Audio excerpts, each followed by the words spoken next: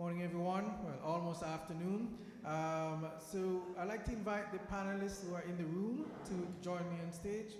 So Dr. Yvette Dequadi, Ms. Margarita Lopez, Ms. Sotis Rivas Pena to join me on the platform. Also online, we have Ms. Susanna Salvador, Mr. Sergio Cordera, and Mr. Chris Corbin.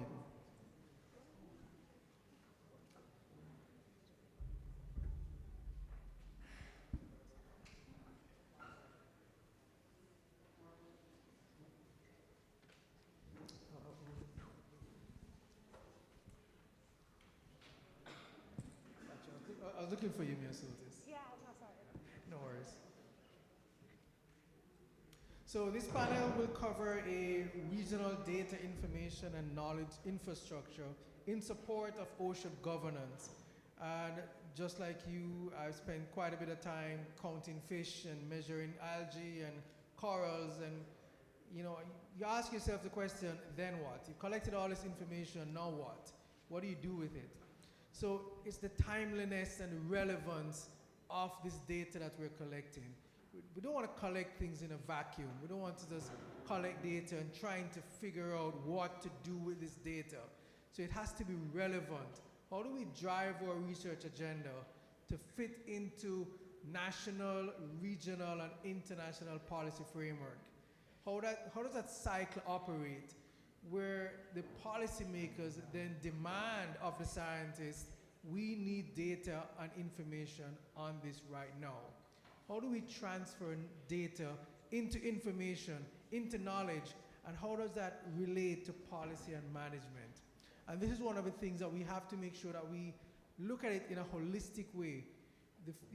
Everything is linked. It doesn't matter if you're one region, everything is linked internationally, because we're looking at managing living marine resources that move. They move all around. So our thought processes, our operations, our policies have to also take that kind of approach. So our esteemed panelists will be talking a little bit about how do we link regional level ocean governance processes and existing reporting obligations and efforts. How do we link all of these things? What will be the major challenges in addressing the high levels of fragmentation in data, information, knowledge management efforts, and how these can be overcome? We've always been talking about all these data sets and databases all across the world. How do we link them together meaningfully? In the pursuit of regional level integrated, interactive ocean governance and the implementation of the Ocean Coordination Mechanism Work Program, can we and how should we link national, regional, and global data, information, and knowledge management efforts to make sure that we're doing this in a right way and in a timely manner? So joining me in this panel today is Dr. Yvette Dequadi, the WECAFC Secretariat, and of course from the FAO. Ms. Margarita Lopez, Ocean Decade Coordination Office, the Ocean Data Sharing, IOC UNESCO. Ms. Sotis Rivas Pena, Chief of the ECLAC Sub-Regional Headquarters for the Caribbean. And joining us online, Ms. Susanna Salvador, Coordinator of the OSPAR Commission. Mr. Sergio Cordera, Researcher at CMAR, Coordinator of Canabio. And also Mr. Chris Corbin, Coordinator of the Cartagena Convention Secretariat, joining us from Jamaica. And I just want to say a special shout out to Jamaica and wishing my fellow Jamaicans a speedy recovery. It's going to be a long road, and I ask you to give thoughts and prayers and support to the country of Jamaica through this trying period of time. Welcome the panelists for me. Thank you. Welcome. So briefly, I'm going to start with Dr. Dequadi. If you can have your 5-minute intervention speaking about some of these topics with data. Thank you. Thank you, Dan. Sorry, I'm not feeling well this morning. So I'll try to cover this. I think the 3 questions are interlinked. They are very linked, and I am responding to question 1, but it touches upon also question 2. So In responding to this, I will share two findings from the workshop, joint workshop we had, WakeUp had with ICAT in May this year, because we are trying to harmonize our data collection and reporting in this region. The first point was that several regional fisheries bodies in this region, they request their member states to regularly collect and periodically submit fisheries data using their own data forms. So WakeUp among them, WakeUp FAO, we have our data form. ICAT has its data form, and members, we shared most of the members, we shared them, but it's also valid for CRFM and FESCA, so each one has its data forms. And this this put a burden on member states which have to adapt their reporting processes to the specific requirements of each organization. So you see something here. The second was that it was at the level of which species are identified. So then you said, yes, we collect the data, and what next? I will say which data and how are we collecting the data and what next? So that's this point.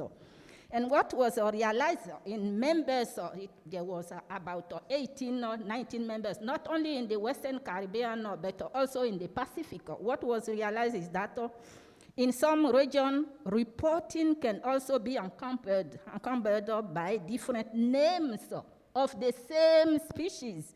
Come on, where different parts of the same fish are identified by different names. Even juveniles and adults, they have different names. And there is also multiple species. At a multiple species level, they give one single name. So this is something which needs, we need to pay attention to this when we are referring to data collection, collation, analysis, and then reporting. So for us, we see WakeUp, we see at least two areas of interventions here. And this is based on our experience, on our, some of the tools and mechanisms that we have endorsed, the Commission has endorsed in the region. And this is, the first is the definition of regional data standards. At least a minimum requirement. While we know that, it will require time, resources, skill set, but also willingness is there to have this minimum requirement. And we suggest that we don't try sometimes to redo the wheel. We have the data collection reference framework that has been endorsed by the Commission and cover the Western Central Atlantic Fishery Commission, which is the widest one. And this DCRF play a role, but how many of the countries are using this? That's a question mark. We have a reporting platform, which is WakeUp FIS. How many of these and this it provides this minimum set of harmonized common variable. That's all we need to have. Last but not least, from the regional to the global level, I want to touch upon this. You know, the coordinating working parties on fisheries statistics is a global mechanism which sets concept definitions and formats. And this is, we need to operate within this framework. While members need to adapt to their local context and regional, but regional fishery organizations should play a role, a coordinating role in implementing these CWP, their requirement, because that's a global one, and we need to pay attention to this. So then, in 5-6 minutes, that's what I'll say, but I think that there is there will be time to exchange with for the audience. Thank you. Oh, thank you so much, Yvette. And I think you captured it, yes, in that 5 minutes, but there's so much that we can talk about, especially with capacities for stock assessments and fisheries, and that kind of information is always lagging behind somewhere, where the Minister of Fisheries will ask, what is the status of the stocks? And we can't answer it adequately a lot of the times. So that's definitely something that we definitely have to make sure that we're tackling. I'm going to switch to Mr. Chris Corbin in Jamaica, since he's online, and I know there's some connectivity issues in Jamaica, so I'm going to grab him while I can get him. So Chris, I'm going to hand over to you now for your 5-minute intervention. Thank you. Thank you so much, and good afternoon, colleagues, friends. Very sorry that I couldn't be there in person in Cartagena. I think we are pretty well represented at the secretariat level, but of course, thanking the organizers and the entire team for giving me an opportunity to say a few things. 5 minutes is very short, so I'll be as quick as I can and share some of the experiences and perhaps perspectives on behalf of the Cartagena Convention Secretariat. First question, do we need more platforms, databases, systems, portals? Or do we need to find a way of getting and ensuring that that data moves directly into informing decision-making processes? And as has been mentioned, we are generating data for a number of different reasons: for compliance, for regulation, for policy and decision-making. To do risk assessments, we're seeing it right now here in Jamaica, risk assessments to human health, risk assessments to the environment. Data is needed to inform where are going to be our best blue economy investment opportunities. Something it's not used often for is actually to evaluate the effectiveness of policy, the effectiveness of our programs, of our projects. Generally, it's supposed to be helping us in creating greater awareness and education, but for that to happen, we also have to transform that data into knowledge products. If ultimately we are talking about the sustainable use, and I want to say sustainable use of coastal and marine resources, coastal and marine resources will manage very well by themselves. So we are also talking about the behavioral change.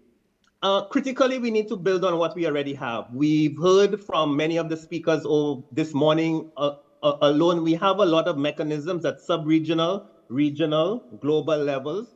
We need to see how we can build on them. More importantly, we have to look at the issue of interoperability. Can we share across our different platforms? When we developed our State of Marine Pollution Report, State of Convention Area Report, one of the key things we learned was the importance of national ownership and validation. It made the process a lot more challenging, a lot more difficult. We have issues, as has been mentioned, about harmonization, about data quality, about how do we incorporate citizen science. But that level of ownership is critical, especially now, and for those who have been following what's happening in Jamaica. I am in Jamaica, and I saw some videos that I couldn't believe were that well made and were all artificial intelligence. In other words, all false. So we have to be very, very careful about the sources of data and be able to validate them. I would also say that what we are seeing, certainly as we move forward in the context of an ocean coordination mechanism, is the aspect of integration. It's no longer just now focusing on fisheries data, pollution data, coral reef data, mangrove data. If they're really going to inform decision making, they have to be integrated. And we've seen this again. We are in response mode to a hurricane, and as has been mentioned, we heard questions like, we don't need 1 year of monitoring, we need the data now.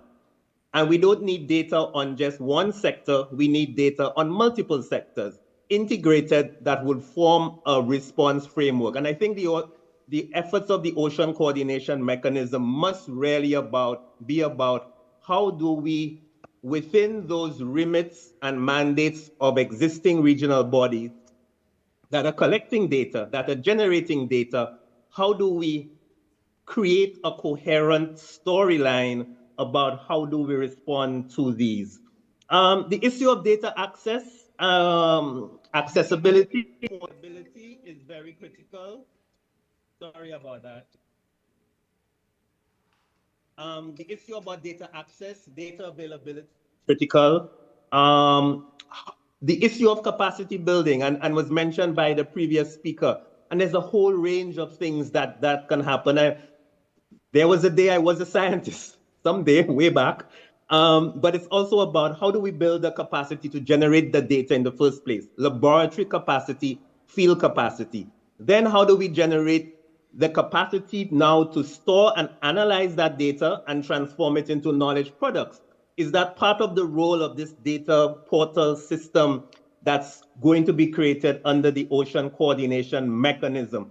How do we ensure sustainability? The strength of any regional platform is going to be based primarily on the strength of the national systems to generate the data and to sustain that data over time.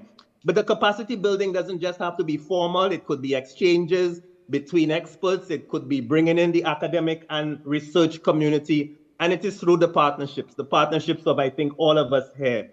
As we wind down, a couple of things I just want to briefly mention, the importance of harmonization. I heard earlier this morning, and I fully agree that this has to be driven by national level.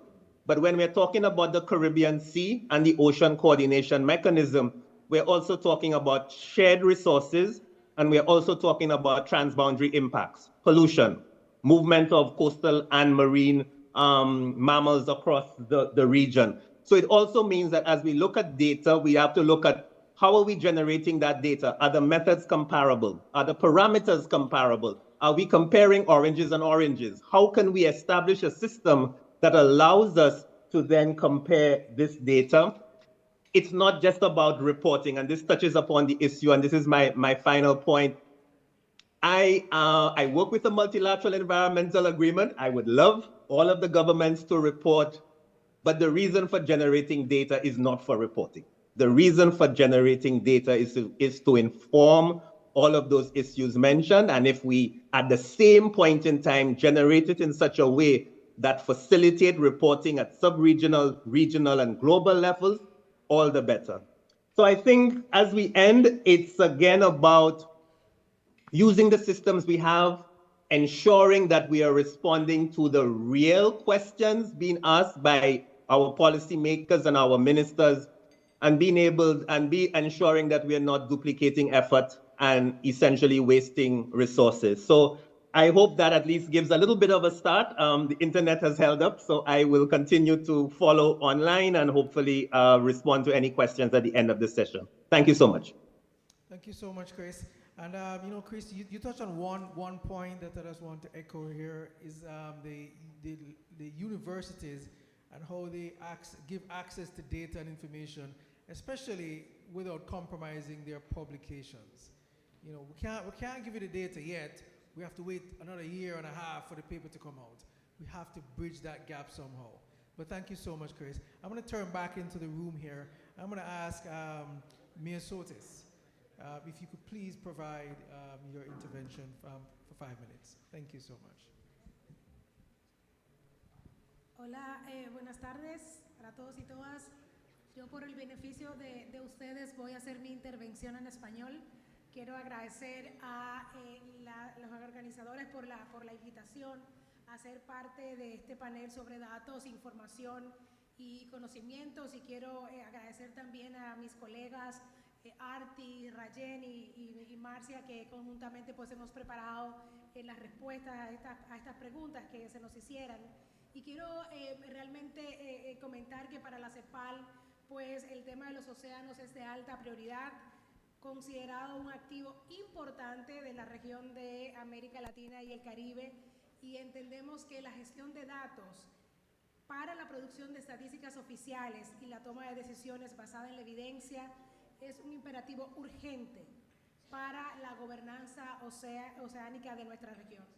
Y quiero, antes como de tal vez puntear algunas cosas adicionales a lo que los colegas han dicho anteriores en temas de respuestas a las preguntas, comentar que la intervención nuestra está tomando como referencia el ODS 14, ¿verdad? Por lo que representa para nosotros a 4 años de poder alcanzar, ¿no?, las metas que nos dimos para ese ODS. Y hay tres áreas prioritarias o ideas fuerzas que yo quiero dejar aquí a este auditorio. La primera es la brecha de datos y los avances desiguales que obstaculizan las metas del ODS 14. De acuerdo al informe de este año que realizamos como CEPAL en lo que es el progreso en la implementación de los ODS para la región, tenemos que, aunque el ODS 14 aparece entre los objetivos con mayor probabilidad de alcanzar al menos el 50% de sus metas al 2030, cuando realizamos un análisis más profundo, muestra avances demasiado lentos, trayectorias alejadas de lo deseado o carencias de información.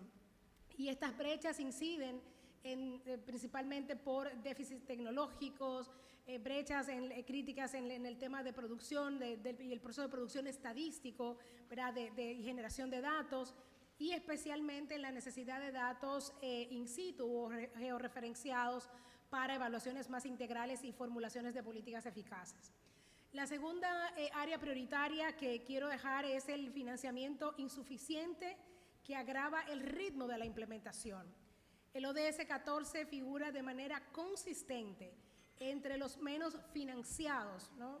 Y según la UNOPS, la ayuda oficial al desarrollo relacionada con el océano representa alrededor de un 1% de toda la ayuda global. Imagínense cómo eso, y que además de eso se concentra en muy pocos países. Otros informes también de las Naciones Unidas estiman que se necesitarían cerca de 175 mil millones de dólares anuales para cumplir el ODS 14 hacia el 2030, y para economías pequeñas estas restricciones aunadas con limitadas capacidades institucionales y recursos humanos afectan la recolección, el análisis y el reporte de los datos. Y la tercera idea fuerza que quiero dejar esta área es oportunidades económicas no aprovechadas. Pese al déficit de financiamiento, las soluciones oceánicas sostenibles ofrecen oportunidades para erradicar la pobreza, promover un crecimiento inclusivo y proteger los ecosistemas marinos. El foro político de alto nivel que se desarrolla en las Naciones Unidas ahora en julio del 2025 subrayó este potencial especialmente para los pequeños estados insulares en desarrollo. El panel de alto nivel que se realizó sobre economía oceánica sostenible estima que invertir 2.8 miles de millones de dólares en 4 soluciones importantes: manglares, producción alimentaria sostenible, descarbonización del transporte marítimo y energía eólica marina, rendiría beneficios netos alrededor de 15.5 miles de millones, ¿no?, de dólares, lo que significa que triplicaría la inversión que se hace. Y así como mencioné, entonces todo esto sigue incidiendo en el ODS. Ahora bien, entonces, ¿cómo lograr de alguna manera responder a las preguntas? Ya lo comentaban los colegas anteriores, el tema de adopción de estándares internacionales comunes es sumamente importante, y en las Naciones Unidas tenemos algunas experiencias. Por ejemplo, la UNODC trabaja en lo que es la contribución de clasificaciones internacionales para el ámbito del delito. El tema de establecer protocolos es sumamente importante que nos podamos mover en esa dirección. Es también importante que el mecanismo de coordinación pueda tal vez contribuir al tema del monitoreo en temas de alianza público-privada, y cómo los temas de fideicomiso ahora mismo están bastante, ¿verdad?, siendo utilizados como instrumentos financieros importantes, son de gran importancia para esto. Y luego tal vez, y un poco porque ya me están haciendo, esa es lamentablemente la mala ventaja de tiempos mal administrados anteriormente, que ahora entonces tenemos que nosotros regular. Ya me hicieron que nada más me queda un minuto, ¿verdad? Quiero destacar algunas cosas que a mí me parecen importantes, y es lo que es una idea que la CEPAL está promoviendo ahora, y es que hay una serie de trampas institucionales, ¿verdad?, de bajo crecimiento, institucionales, gobernanza en la región, que no solamente requieren de recursos, requieren de capacidades institucionales, lo que hemos llamado las capacidades TOPS, técnicas, operativas, prospectivas y políticas, para poder liderar las transformaciones que se requieren como desarrollo productivo. La CEPAL tiene un acervo de conocimiento en metodologías, en una serie de portales, en materia de espacios intergubernamentales, ¿no? La Conferencia de Estadística de las Américas, que pueden apoyar, ¿no? Y contribuir pues a mejorar esta gobernanza y esta coordinación entre los actores. Gracias. Thank you so much, Ms. Otis. And I want to touch on one point that you said. You know, it's not just about the living marine resources, but the people and the economics, and how does that feed into the GDP. And we have to make that total connection every time we're producing data and information. It has to be a package, not wait on people to put it together for us. We need to put that forward together. Thank you so much for that. I'm going to throw it back online and invite Susana Salvador, coordinator of the OSPAR Commission, to make her 5-minute intervention. Susana. Hello, good afternoon. It's a pleasure to be with you. Allow me to express my deepest gratitude for and a kind invitation to participate and join the Offers Partnership Forum, and also to share and to invite you to look at the work of the OSPA Commission a little bit outside the region, which is at the center of your attention, but more into the Northeast Atlantic Ocean. So just starting by, introducing the OSPA Commission, I had 2 slides. I don't know if you can put them on the screen, just to make you provide you the scope of work of a regional sea convention, which aims at protecting the marine environment, conserving the Northeast Atlantic environment, but also promoting the biodiversity and eliminating and reducing pollution. The increasing use, as the previous speakers have referred, of the oceans and the transboundary nature of the marine environment, of course, reinforces this collective need for a joint action, and all regional sea conventions and entities and bodies competent to address the many different areas of intervention and human activities that have impacts on the marine ecosystems, to help address this triple crisis of climate change, of biodiversity loss, and pollution. And it was exactly mindful of such need that the contracting parties of OSPA have defined strategies and objectives associated with tasks, with a view to safeguard these objectives, mainly human health and conserve marine ecosystems. So there is a strategy underpinning all the action and the monitoring activities of OSPA. And the strategy is based on 4 themes that have associated strategic objectives, but also operational objectives and concrete tasks. And these are divided in clean seas, in biologically diverse and healthy seas, also productive and sustainably seas, and seas resilient to the impacts of climate change and to ocean acidification. So this strategy is the major, so to say, basis, and is supported by an implementation plan with a view to keep track of the progress made. So these are not just goals, these are goals that need to be monitored with the aim of providing space for adaptation if need be, and to develop consistent and comparable assessments, which is very important. So these are the 4 themes under the Northeast Atlantic Environment Strategy, which has been drafted in 2021 and has been revised in June, exactly resulting from the adaptations that need to be done, and resulting from the progress that needs to be done in relation to the goals that have been addressed to be achieved by 2030.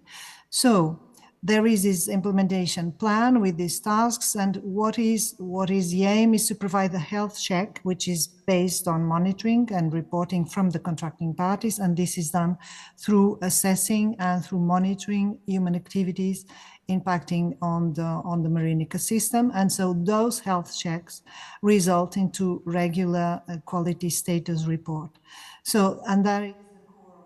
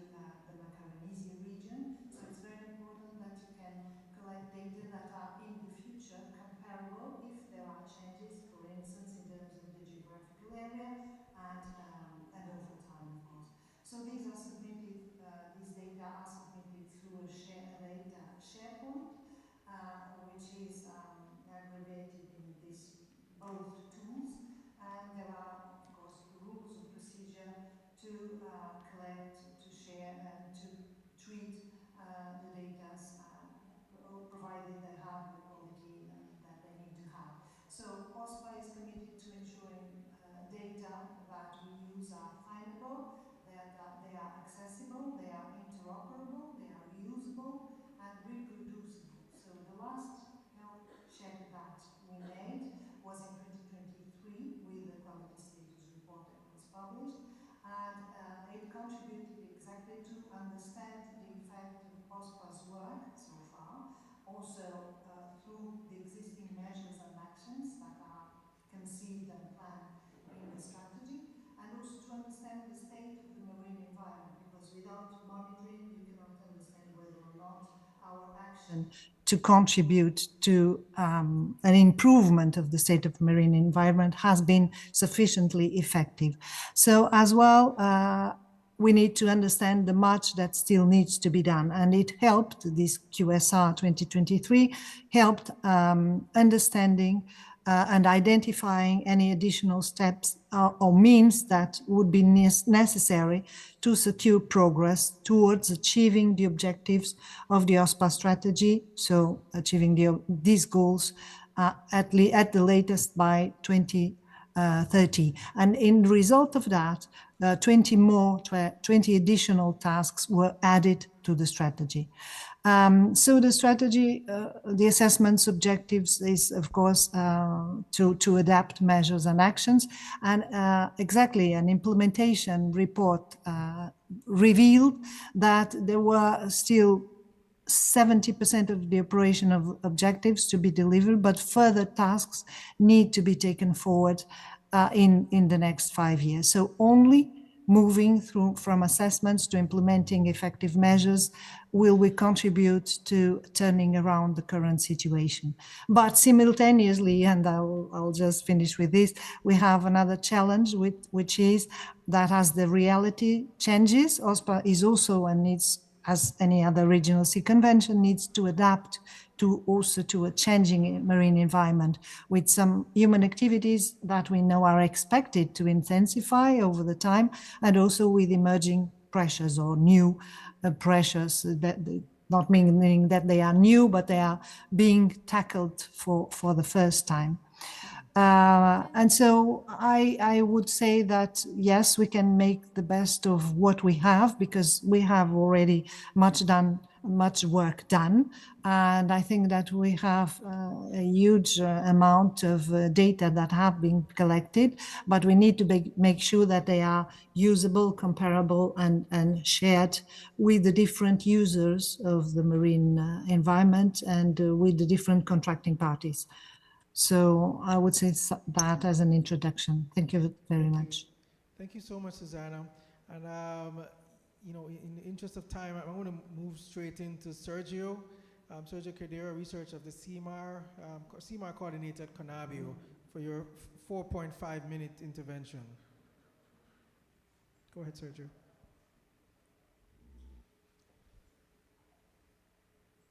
Sí, ¿qué tal? Muchas gracias. Un saludo cordial a todos los panelistas y al público en general. Es un honor participar en este importante diálogo sobre la gobernanza oceánica en el Gran Caribe. El tema que nos convoca hoy, o sea, la infraestructura regional y de datos e información, no es simplemente una cuestión técnica, es en el fondo un desafío de coordinación, confianza y visión compartida. Como hemos escuchado en los paneles anteriores, tenemos marcos de acción, tenemos políticas oceánicas, pero la pregunta fundamental es, ¿tenemos los datos integrados que necesitamos para implementarlas eficazmente? En ese sentido, permítanme compartir la experiencia del Sistema de Información y Análisis Marino Costero de la Conabio en México, un sistema que integra observaciones satelitales, modelos numéricos y climáticos, datos in situ y un servicio de información espacial, como un ejemplo concreto de cómo una infraestructura de datos puede traducirse en acción para la gobernanza oceánica. El CIMAR nació del reconocimiento de que México tenía múltiples esfuerzos de recopilación de datos marinos en diferentes instituciones, diferentes sectores, en diferentes formatos, pero sin una plataforma común que permitiera su uso integrado para la toma de decisiones. Pero más allá de la arquitectura técnica, déjenme destacar algo crucial. El CIMAR no solo almacena y visualiza datos históricos, también actúa como un sistema de alerta temprana para la toma de decisiones. Actualmente trabajamos en 6 sistemas de alerta críticos para el Gran Caribe. De estos, 2 ya están plenamente operacionales, alerta de sargazo y alerta de blanqueamiento de corales. Y en modo experimental se encuentran la alerta de calidad de agua marina y la alerta de eventos de mareas rojas. Adicionalmente, el sistema de alerta de olas de calor marina estará operacional en noviembre y el sistema de acidificación oceánica está en sus primeras fases de desarrollo. Ahora, ¿qué significa esto para los países de la región? Significa que autoridades nacionales, gestores de áreas protegidas, operadores turísticos y comunidades costeras puedan anticiparse a eventos que amenazan tanto los ecosistemas como las economías azules de las que dependen millones de personas. Tomemos el caso, por ejemplo, del sargazo, ¿no? Este fenómeno no respeta fronteras nacionales, afecta a todo el Golfo de México y el Mar Caribe. Diversos organismos internacionales han desarrollado esfuerzos de monitoreo, pero frecuentemente estos operan de manera aislada. Aquí es donde el mecanismo de coordinación oceánica puede desempeñar un papel crucial, o sea, actuar como facilitador de los complejos procesos de interacción entre naciones, armonizando protocolos, evitando duplicidades y sobre todo asegurando que los datos de alerta lleguen simultáneamente a todos los países afectados. Ahora, el CIMAR se ha consolidado como una plataforma que facilita la toma de decisiones informadas, brindando apoyo técnico a múltiples actores, comunidades locales, academia, investigadores, autoridades sectoriales y tomadores de decisiones de alto nivel.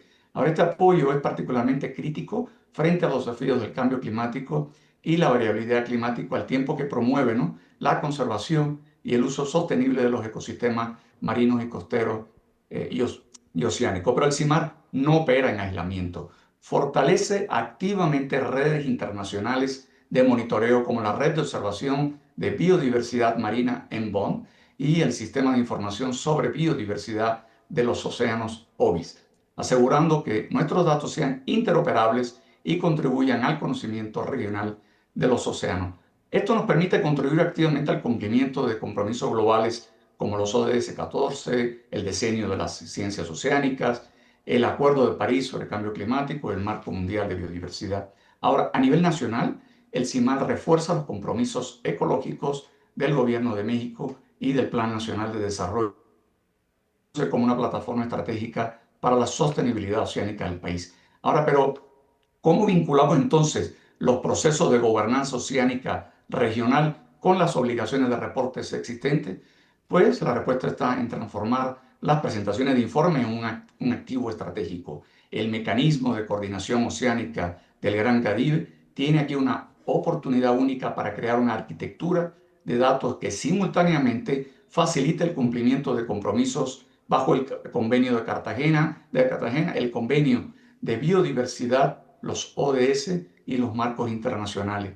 También alimenta el estado del medio ambiente marino y economía asociada y proporcione datos en tiempo real para la gestión adaptativa y la respuesta de emergencia. Pero la clave entonces es pensar en reportar una vez y usar muchas veces. ¿Qué significa? Bueno, que la misma evidencia sirve para el país, la región y el mundo. Significa que cuando un país recopila datos sobre calidad de agua, por ejemplo, o abundancia de especies o estado de arrecife, esos mismos datos si están en formato, claro, estandarizado y con metadatos apropiados, pueden simultáneamente cumplir con reportes al Convenio de Cartagena, alimentar informes nacionales de biodiversidad para el CBD, contribuir a los indicadores del ODS, etc., ¿no? Ahora, el segundo gran desafío es la fragmentación.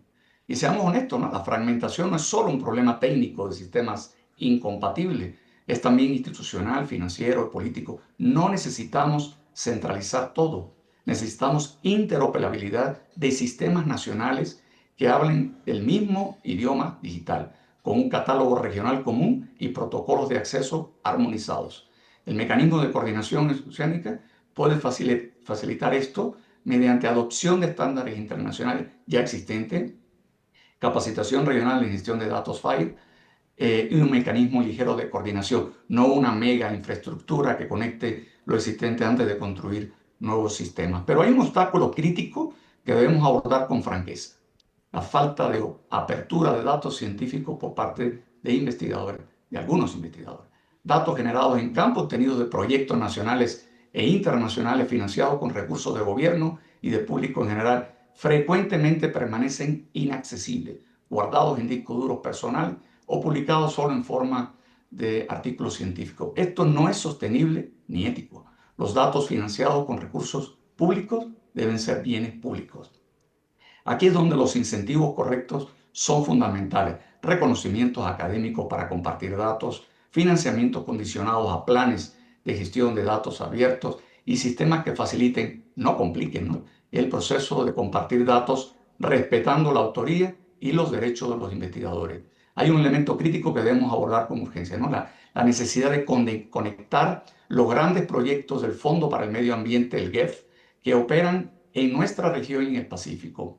Me refiero específicamente a 3 iniciativas a gran escala: el proyecto Pro Caribe Plus para los grandes ecosistemas marinos del Caribe y norte de Brasil, el GEF del Golfo de México y el proyecto GEF Pacífico Sostenible.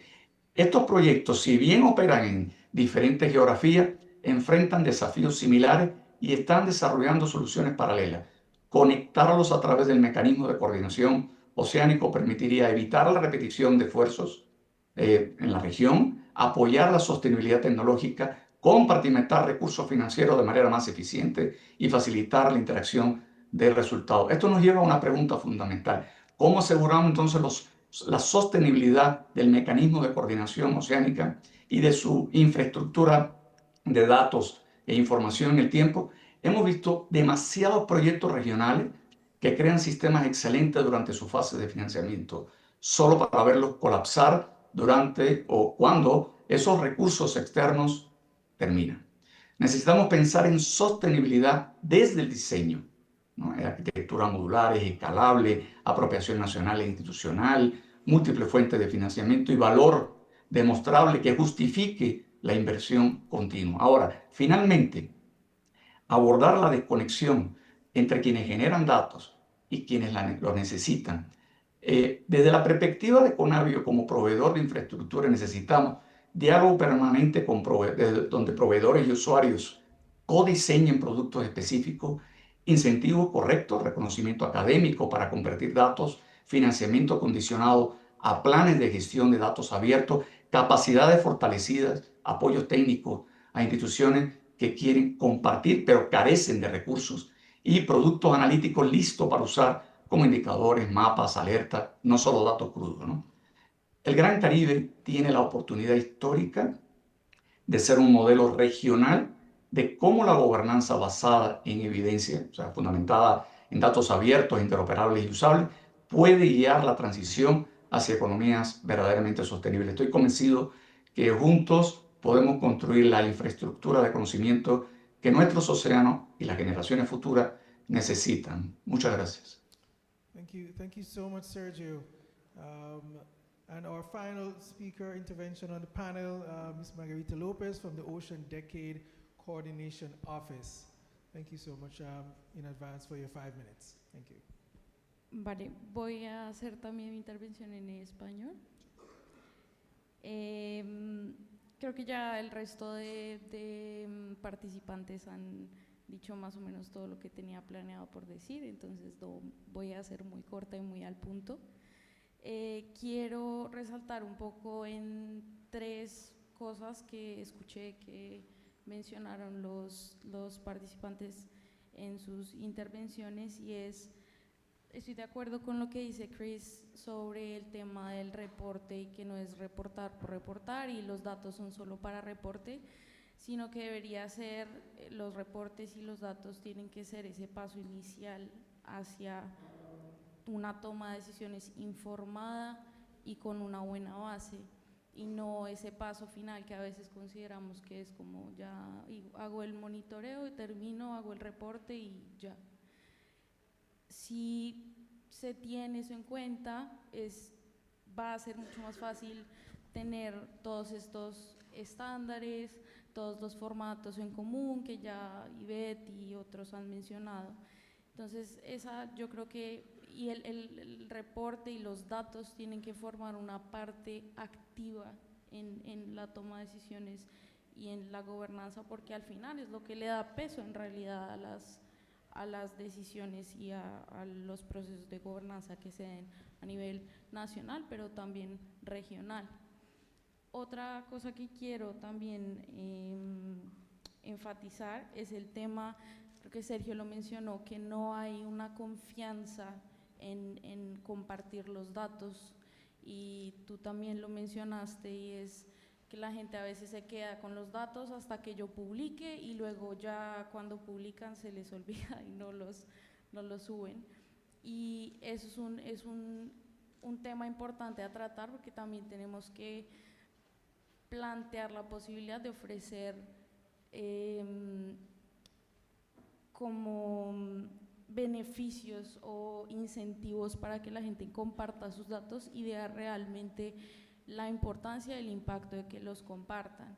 Para investigadores pueden ser identificadores y parte, digamos, de citar. Si usan mis datos, me van a citar y yo voy a poder saber primero también quién está usando mis datos y para qué objetivo, y segundo también poder pues reconocer que están usando los datos. Y para el sector privado también, si se abren los datos, que ahí también es un área en donde hay muchos datos bloqueados, si el sector privado muestra y libera esos datos, pues pueden tener también beneficios de pronto en reporte, en sostenibilidad y los ESGs y todo lo que ellos también tienen. Entonces eso también es importante. Y ya para cerrar, quiero también resaltar que uno de los procesos transversales que tiene que haber en todas estos temas es una comunicación clara. Tiene que haber las plataformas de datos, los sistemas globales tienen que saber también cuáles son las necesidades de los usuarios, y los usuarios deben comunicar sus necesidades. Una vez ya se sepan las necesidades de los usuarios, ya otras instituciones como la COI, la UNESCO, el decenio puede entrar allá, proveer entrenamiento para que la gente esté más relacionada con esas plataformas, y que ese tema de compartir datos y ya mandarlos a sistemas regionales y globales no sea un impedimento y no sea algo muy técnico, sino que sea un proceso fluido y fácil. Y ya eso es lo que quería decir.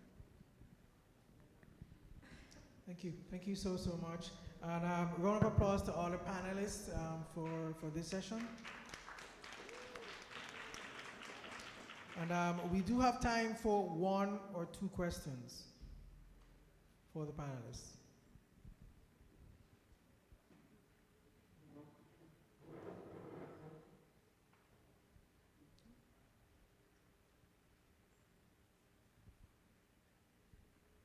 Well, I have a question. Go ahead.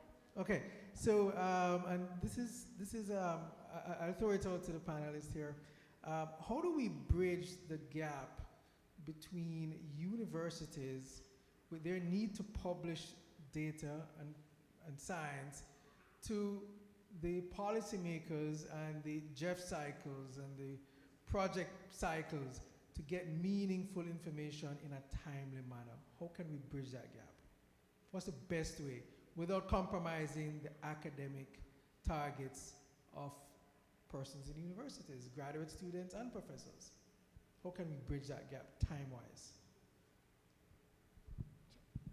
Bueno, yo puedo contestar esa pregunta más que de la CEPALS, como estuve 5 años directora general de la Oficina Nacional de Estadística de la República Dominicana, y una de mis últimas contribuciones fue una alianza entre 5 universidades y la Oficina Nacional de Estadística para poder trabajar el intercambio de datos.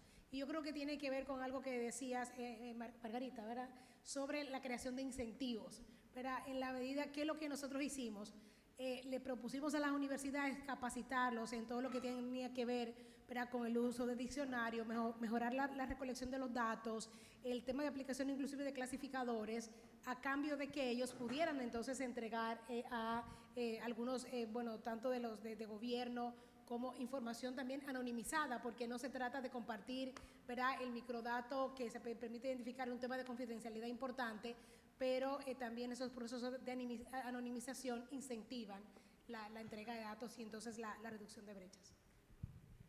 Thank you. Yeah, you can add.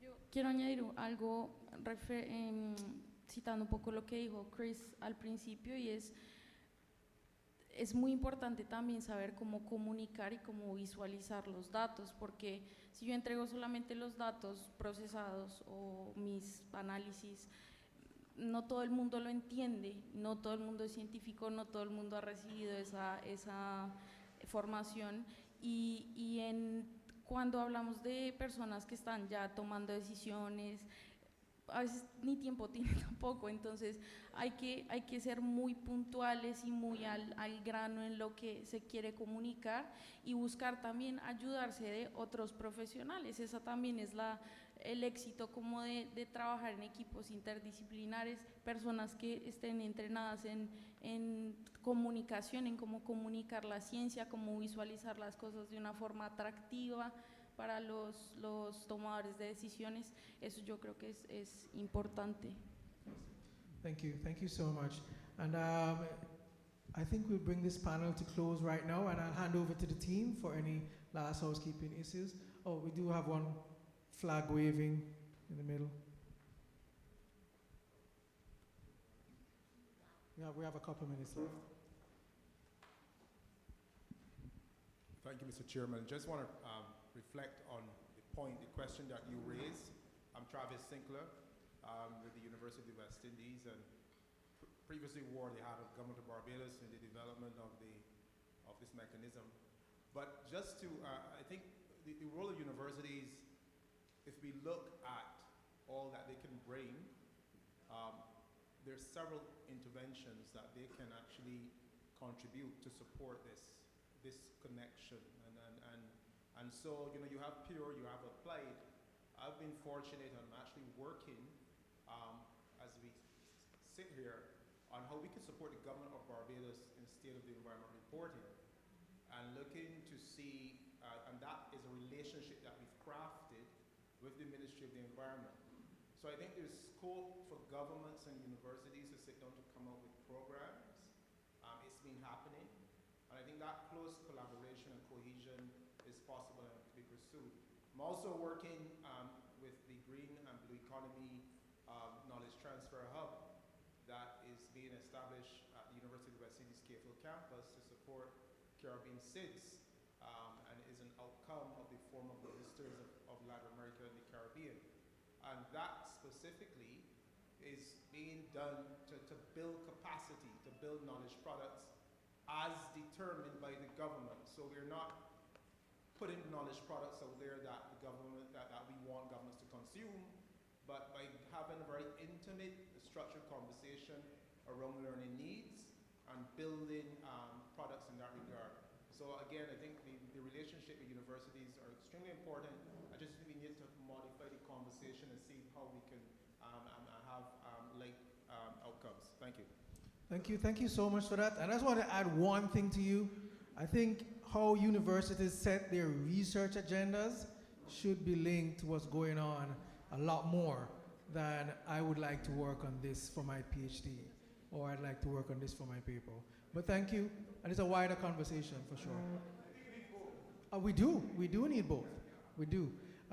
Thank you so much again. I'll hand over to the team. Thank you all. Thank you to the panelists again. Thank you.